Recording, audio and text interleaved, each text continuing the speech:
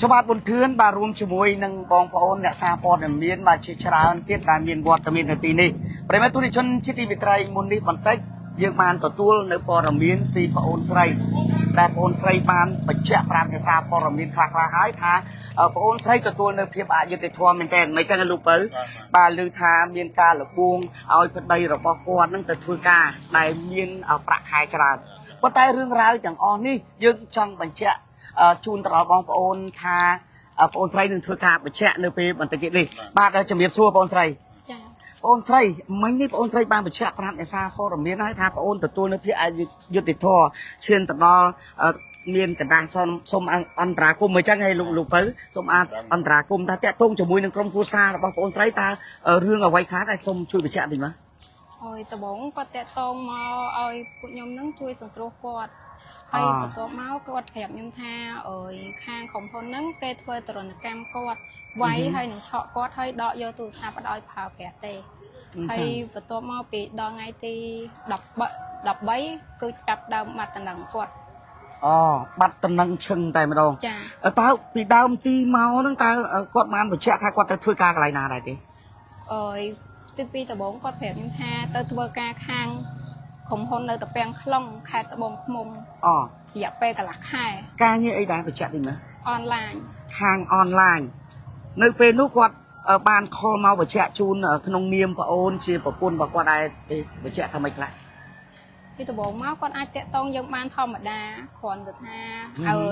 จงขอยดาเกตเวอร์ตรนกรรมก็นั่งกอดเพียบติดตัวเอาช่วยสังครูช่วยสังครูนั่นไงก็เธอไอ้คลาเธอรุนกรรมไอ้คลาได้กอดกอดแผลทาเถอะเกไว้บ้าให้เฉาะดอกโยตูสับเนาะมันจะไว้เฉาะได้ทั้งให้กอดเมียนมันแช่ทากอดเมียนไอ้เธอไอ้เขาได้หรือมืออย่างไรกอดเตะกอดผ่อนแผลทากอดป่งกอยเพื่อกะเกมาไว้กอดมองมันช่างเก็บมาไว้กอดแต่ไม่ดองช่างบันในทาพัดใดระบบโอนไซต์เพื่อกาในกระไรออนไลน์มุ้ยให้ยังดังให้ถ่ายออนไลน์ยังมีกลุ่มประเภทใดไม่จังลูกเปย์เนี่ยดังให้ในค้างตะแพงลงเปนุเปได้แก่เธอตรนกรรมไวเซ็งนี่โดยปูนใช้บานไปแชะให้ก็บานพอมาปราบไปแชะไม่ใช่ไงช่วยปูนใช้ช่วยอันรากุมบาคราวมองมันยังไม่ติดตัวเมาส์กอดเลยแต่ชาติมาแผลว่าถ้าช่วยสังครูกอดพองช่วยสังครูกอดพองกิช่วยบาปกอดจังเปนุปูนใช้บานสมอันรากุมอย่างเงี้ยทุบแบบวันไหนตีบานให้คิดว่าไปทำไม่ได้กอดเผ็ดห้าปีตะวงหัดไอบานอดหนักเปียบดังให้ประตูม้อกอดเผ็ดห้าบอกเส้นจีจนรงครัวเตะโตม้ออ้อยข้างจนรงครัวนั้นแต่ละตีตังเอาผลใจแยกได้อดเมียนแต่เนี่ยตะโดมาเตะดาซาตะบัดแต่นั่งบันซอมอ้อยข้างกอดจุยลูกเปิ้ลบตามในการกอดไปแชะกอดช่องไปแชะแบบหาเรื่องราวก็ได้หรือบอกกอดนั่นคือกอดเมียนเรื่องราวแต่เฮ้ยประธานคางพิธีอย่างเงี้ยโทษกับแบบท่าปุ่งกับปีมีเรื่องนั้นผมบอกตีตังเอาเจช่วยอันรากุมให้กรอดเนื้อเปียบมาดังมาเลยตามพัดคางโอนใช้ช่องดักได้ปนใต้ก่อนท่าประพุบได้ประโอนตัวบ้านนั่นคือก่อนบ้านอย่างยัยมันติดแต่ก็บาดใจมาลองแต่ไม่ใช่ไงเอาเงินการเนี่ยโรงพยาบาลระยะเป็นประมาณให้ได้ประโอนใช้บ้านดักเปียบมาดังโจยเจียดหลอกไงเชียงได้บอกไงเชียงมันยังดักเปียบมาดังอย่างเช่นทางอัญญาทุกบาลตัวเปียบดังไฮไม่ใช่ไงลูกเปิ้ลมีอะไรบันทางเลยสมมติจุ่มเป็นเปียกปนการในบ่อไหนนี้ไหนจังเอาอย่างซาปอนมีนซ้ายเปียกปนหนึ่งกับบัดอะไรหรอบ่อไหนจีจุ่มติดกันไงเนี่ยก็มีช่วยแล้วแต่ไหนก็มูพาลีมูเป็นก่อนเลยพาลีโกก็เพื่อกายก็ได้ออนไลน์นั่นนะนั่นในของคนกลุ่มเปิลตะแปงคลองจอบพรมแดนเวียดนามกลุ่มเปิลตะแปงคลองเจ็ดพรมแดนเวียดนามอันนี้ทอดกอเลยที่ตั้งหันเลยเนาะกอใช่ป่ะฮะกอดแผลปีกไหลนั่งเที่ยวแผลของคนในกอดมือได้อันนี้ทอดเงาปีที่ตั้งไงมือยงเที่ยวกอดมือเงากอดมือไอ้เดินไอ้เธอการนั่นน้องมาไงโจเชียเปิ้มใบคายก็ใบคายตัวแต่มีเรื่องจงกราวนี่สิตบมีเรื่องการเป็นลองแต่เธอการนั้นก็จะโตเหมือนไอ้ธรรมดาดิจะตรงบ้านธรรมดาอย่าลงเต้ก่อนอาเตบ้านเล่นถึงซ้ำบ้านธรรมดาตบตามเมียนปัญหาปีไงติบูนเมา គេចាប់ដើមធ្វើទរណកម្មគាត់ចាប់ដើមពីធ្វើទរណកម្មហ្នឹងមកក៏ឈានដល់ការបាត់ខ្លួនបាត់ការតំណែងតែម្ដងគាត់អាចតាក់ទងមកបានដល់ថ្ងៃទី12បន្ទាប់មកថ្ងៃទី13គឺមកតំណែងរហូតមកដល់ឡើងដល់ឡើងបាត់នឹងចា12 13ក្នុងខែ6ហ្នឹងឬមួយក៏ខែ5ខែ6ខែ6ហ្នឹងទេថ្មីនេះតែម្ដងមិនចឹងហ៎អញ្ចឹងបានន័យថាអ្វីទាំងអស់ដែលប្អូនស្រីបានមានប្រសាសន៍មិញហ្នឹងគឺថាប្តីគាត់ទទួលនៅទរណកម្មមិនចឹងហ៎ហើយគាត់ក៏បានដាក់ពាក្យបណ្ដឹងអញ្ចឹងលោកពៅបានដាក់ពាក្យបណ្ដឹងហើយប៉ុន្តែអាញាធរគាត់អត់ទាន់ធ្វើការឲ្យទេអញ្ចឹងបានន័យថាគាត់ជាប់រវល់ឬមួយយ៉ាងម៉េចយើងអត់ដឹងទេប៉ុន្តែប្អូនមានបានជំរុញបន្ថែមក្នុងការពន្លឿនក្នុងការស្រាវជ្រាវបន្ថែមទៀតទេដោយសារប្តីរបស់ប្អូនស្រីទៅបានបាត់ដំណឹងឈឹងតែម្ដងសូមឲ្យគាត់ជួយឲ្យគាត់ជួយយើងបន្ថែមទៀតដែរគាត់ប្រាប់ថាគាត់ធ្វើដែរប៉ុន្តែមិនដឹងថាធ្វើដោយវិធីណាដោយសារតែអត់មានទីតាំងជន់រងគ្រោះអូលោកពៅជិះពេលដែលយើងបញ្ជាក់ទីតាំងប្រាសមត្ថកិច្ចនោះនឹងយើងប្រាប់បញ្ជាក់ឲ្យតាហេតុអីក៏គាត់មិនអាចចោលស្រាវជ្រាវបានគាត់ប្រាប់ថាដោយសារតែពេលហ្នឹងមនុស្សដូរចេញពីក្រុមហ៊ុនហ្នឹងហើយដូរចេញហើយដូរម្ចាស់ក្រុមហ៊ុនឬមួយក៏ដូរអ្នកដែលធ្វើការនៅទីនោះជនរងគ្រោះម្នាក់ហ្នឹងចេញអញ្ចឹងបានន័យថាគាត់ទៅហើយប៉ុន្តែជនរងគ្រោះគេត្រូវបានប្រាប់ថាគេបដូរចេញពីកន្លែងហ្នឹងហើយចាដោយមិនបានប្រាប់ដំណឹងទៅបងអូនស្រីចាអូលោកពៅខ្ញុំមានន័យថាប្តីអនឯងហ្នឹងគេផ្ទេពីពេញទៅដល់ត្បូដល់ណាដល់តាពាំងខ្លងហើយឥឡូវគេផ្ទេពីតាពាំងខ្លងចេញបាត់ទៀតចាអត់ដឹងបាត់ទៅណាទេចាអត់ទាន់ដឹងថាគេដូរគាត់ទៅទីតាំងណាចេះឥឡូវខ្ញុំសូមត្រឡប់ក្រោយបន្តិចស្រីបងពីដំបូងឡើយគាត់ធ្វើការនៅពេញទេចាអញ្ចឹងតទៅធ្វើការនៅពេញបានមួយខែបានដូរទៅតាពាំងខ្លងចូលជាខ្ទង់មួយខែធ្វើការនៅពេញបានមួយខែក៏បដូរទៅតាពាំងខ្លងចុះមូលហេតុនៃការបដូរគាត់មានប្រាប់ថាបដូរទៅនោះដើម្បីអីមូលហេតុអីគាត់ប្រាប់ខ្ញុំថាគាត់ដូរទៅហ្នឹងគេប្រាប់ថាដូរទៅហ្នឹងដើម្បីសិក្សាការងារហ្នឹងបន្ថែមបន្ទាប់មកទៀតគាត់ប្រាប់ថាទៅតែកន្លះខែដើម្បីត្រឡប់មកធ្វើការនៅនេះបានប្រាក់ខែច្រើនអញ្ចឹងហើយបន្ទាប់មកទៀតហូបកន្លះខែហ្នឹងគាត់ប្រាប់ខ្ញុំថាគាត់អាចចេញបានទេរហូតដល់រយៈពេល1ឆ្នាំ3ខែតែគាត់អាចតំណែងមួយយើងបានរហូតចាតែគាត់មានភាពលាប់ប្រាប់ថាធ្វើការនឹងមិនអីមិនមានភាពលំបាកមិនស្រួលមិនអីមិនគាត់មាននិយាយប្រាប់គាត់ប្រាប់តែរឿងថាធ្វើការធម្មតាទេក៏ប៉ុន្តែអត់បានប្រាក់ខែរយៈពេល4ខែដំបូងហ្នឹងបន្ទាប់មកទៀត3ខែបន្ទាប់ពី4ខែហ្នឹងទៅគឺបានប្រាក់ខែរយៈពេល3ខែហើយបន្ទាប់ពីបានប្រាក់ខែហ្នឹងមកគេចាប់ដើមធ្វើទរណកម្មចាប់ដើមមានបញ្ហាមកចាអញ្ចឹងបានន័យថារយៈពេល4ខែហ្នឹងគឺអត់ទទួលបានប្រាក់ខែទេចាបន្ទាប់មកចាប់ដើមគេធ្វើទរណកម្មគាត់តែម្ដងចាបាទអញ្ចឹងតាមរយៈដែលតាមឆាតមកប្រាប់ឬមួយក៏យើងខលផ្ទាល់មាត់តែម្ដងគាត់ទៅសេអសមកធម្មតាអញ្ចឹងសេអសធម្មតាចាបាទតាម Telegram បាទជួយដំណឹងមួយនេះ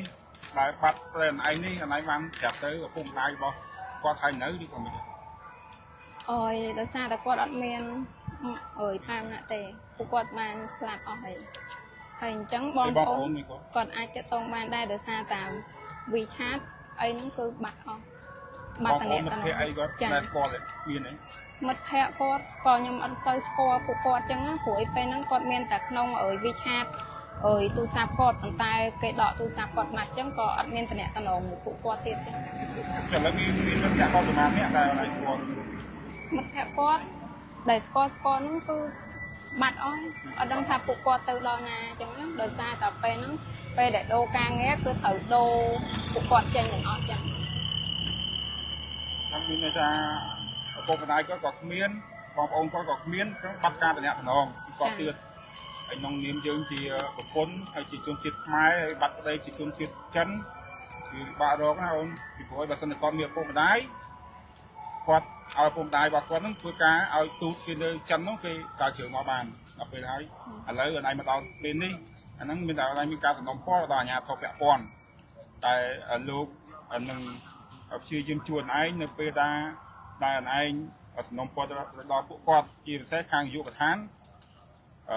អន្តរប្រវេសន៍ដើម្បីឲ្យគាត់ជួយស្រាវជ្រាវចា៎បាទ เรามีไอ้จงกราวมีไอ้สนมพอตอนนี้เขาแปะปอนได้ทำไปเขาช่วยไอ้ต้องการเป็นเรื่องในการช่วยรกได้ไหนนี่ของไอ้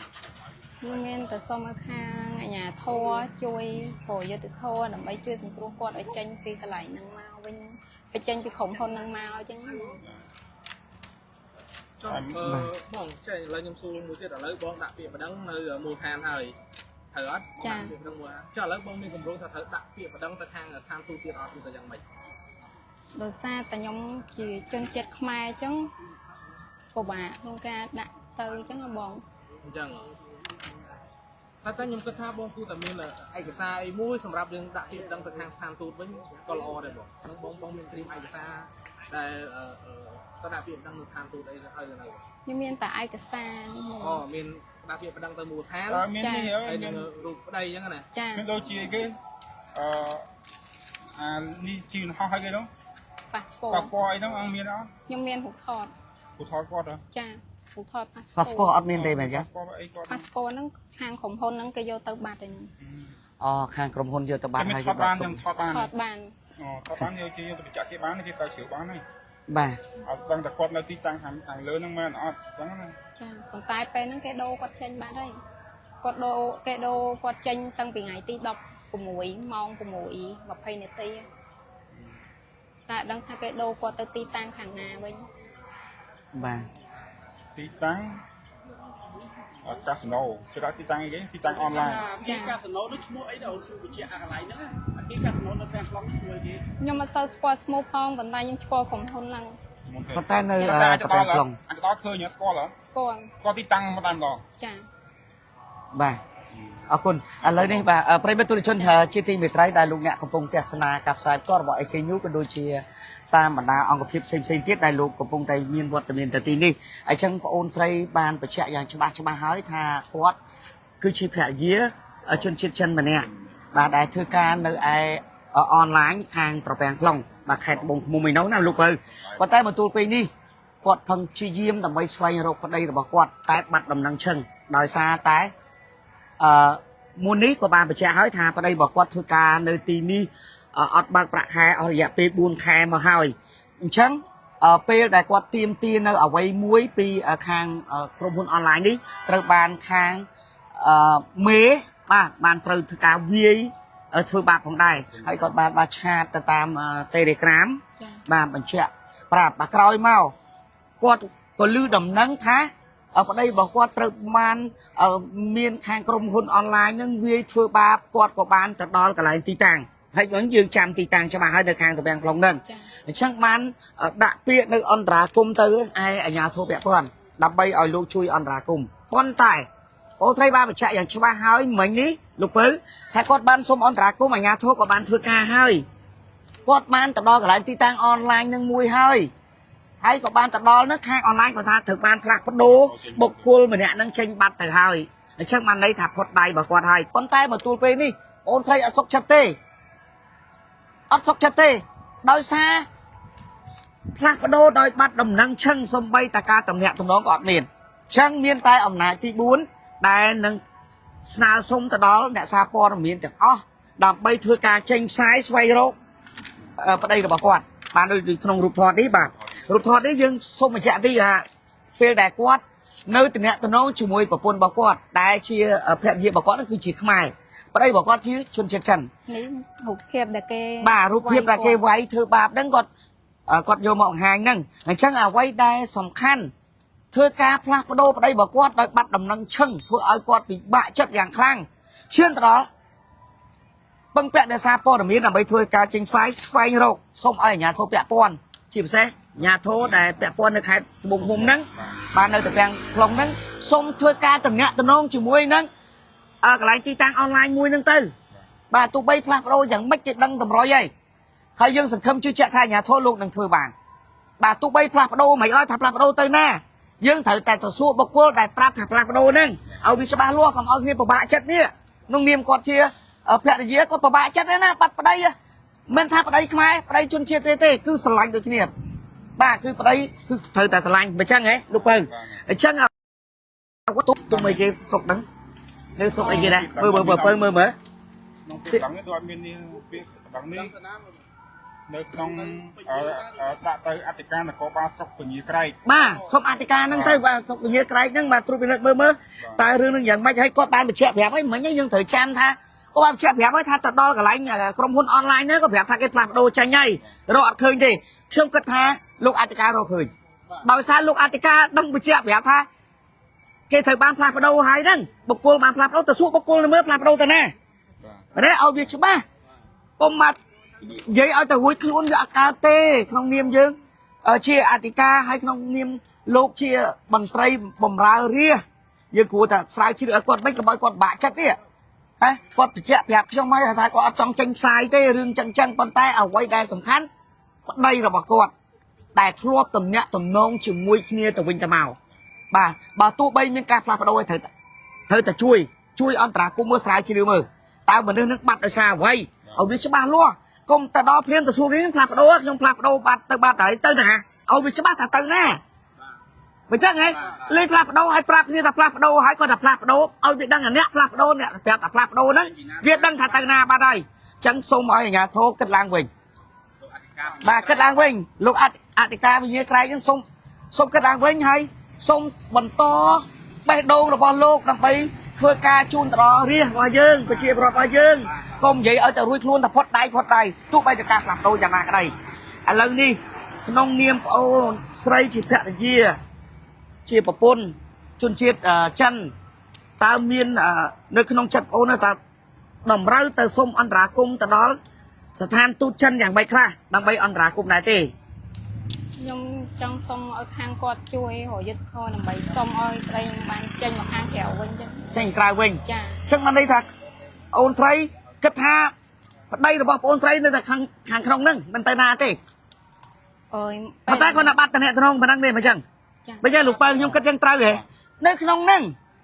បើសិនជាមិនមែននៅក្នុងហ្នឹងមិនមែនលោកគាត់និយាយថាគេបដូរចេញពីនឹងហើយទេគាត់នៅក្នុងហ្នឹង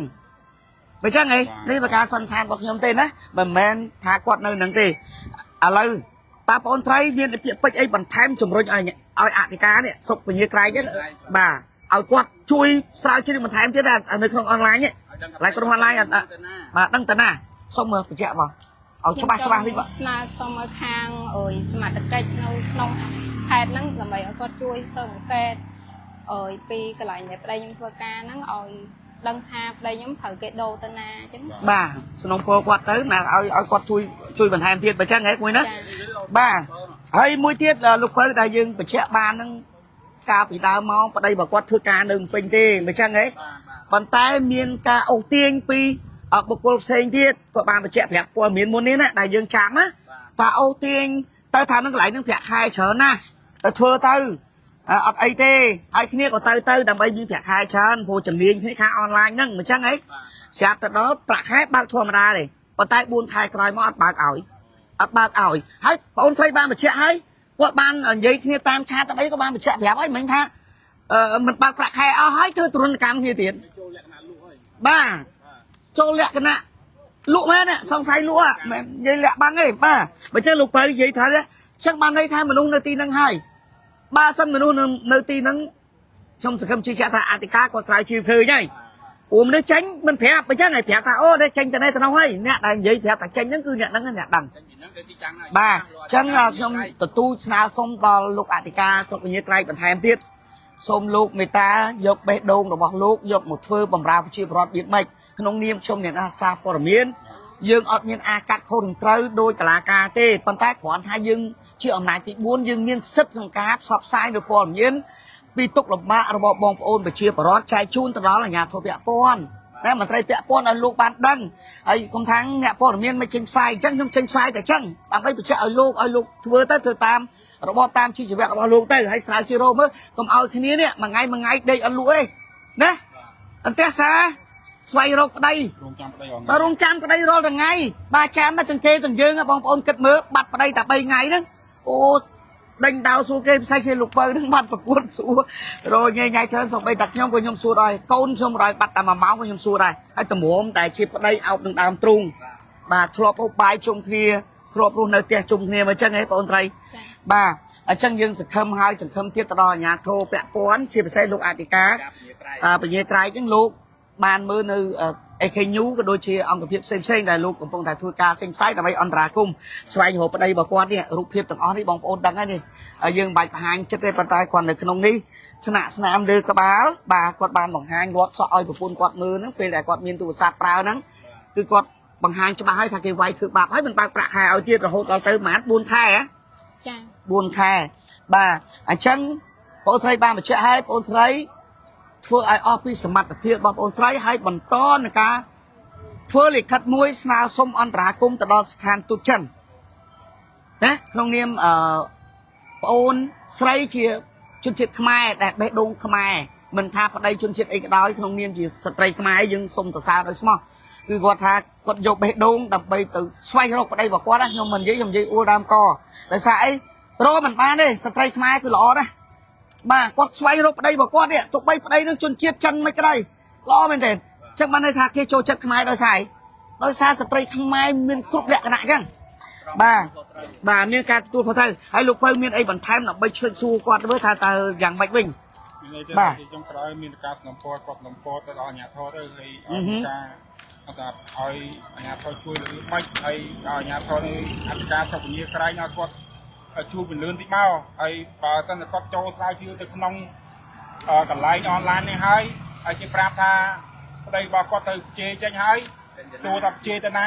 បាទឲ្យវាច្បាស់មកដើម្បីឲ្យគាត់ទៅរកប្តីគាត់ឲ្យគាត់ប្រកាសបាទកុំអាងថាបច្ចេកចេញហើយលេងអត់ដឹងឲ្យទៅរួចខ្លួនឲ្យរួចតែខ្លួនហ្នឹងចង់ដឹងថាកន្លែងតែអនឡាញនេះក៏អនឡាញអីគេបាទឲ្យវាច្បាស់មកគាត់អាជីវកម្មអីឲ្យគាត់ប្រកាសបាទ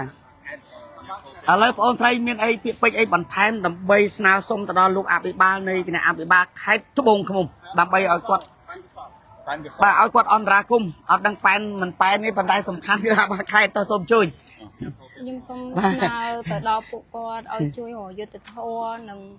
និងជួយសង្គ្រោះគាត់ឲ្យបានចេញមកវិញបាទអញ្ចឹងបងអូនស្រីសង្ឃឹមថាគាត់នៅតែធ្វើការកន្លែងនឹងត្រែអញ្ចឹងចាប៉ុន្តែមានអុយនៅម្នាក់នៅក្នុងហ្នឹងដែលធ្លាប់មកយកអុយប៉ាសពតគាត់ហ្នឹងប្រាប់ថាអុយគេត្រូវដូរគាត់ចេញហើយដោយសារតែខាងខ្ញុំហ្នឹងបានប្តឹងប៉ូលីសអូ